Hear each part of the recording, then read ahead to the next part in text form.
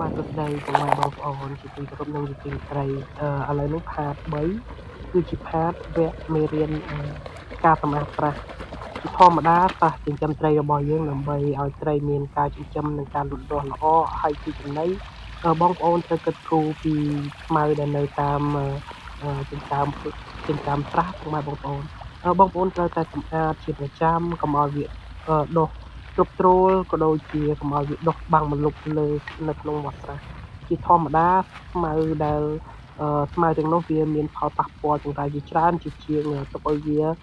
មានជាមួយនឹងការផលប្រយោជន៍អញ្ចឹងពុកម៉ែបងប្អូនដោយសារតែស្មៅនេះទទួលស្គាល់ថាបើយើងទុកច្រើនវានឹងមានសត្វល្អិតសត្វអីកកើតអញ្ចឹងវាធ្វើឲ្យមានជាចំណីត្រីបន្ថែមទៀតក៏ប៉ុន្តែកត្តាជាច្រើនដូចជាកត្តាជំងឺកត្តាមេរោគហើយនិងកត្តាសត្វចង្រៃមួយចំនួនដូចជាកង្កែបធំក៏ដូចជាសត្វពស់សត្វអីចឹងវាចូលមកចាប់ត្រីតាមបែបហ្នឹងហើយណាមួយទៀតចំពោះជំងឺការរីករាលដាលជំងឺទៅតាមទីតាំងនៃសុខទ្រុបទាំងអស់ហ្នឹងចឹងបងប្អូនហើយបងប្អូនត្រូវគិតគូរឲ្យយ៉ាងខ្លាំងចំពោះការសម្អាតតាមចិញ្ចើមស្រះហ្នឹងដោយសារតែការសម្អាតស្មៅតាមចិញ្ចើមស្រះវាធ្វើឲ្យត្រីផាយើងមានការលូតលាស់ល្អហើយមិនត្រឹមតែប៉ុណ្្នឹងទេវាធ្វើឲ្យត្រីមានការធំធាត់ល្អហើយទឹកក៏ល្អជាងមុនដែរពុកម៉ែបងប្អូនបាទពុកម៉ែបងប្អូនចំពោះស្រះចិញ្ចឹមត្រីណាក៏ដូចណាដែរពុកម៉ែបងប្អូនទូចធំវាមិនជាបញ្ហាទេកម្ពស់ក៏មិនជាបញ្ហាដែរ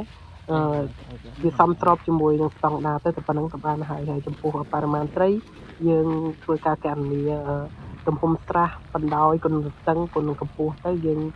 រកឃើញ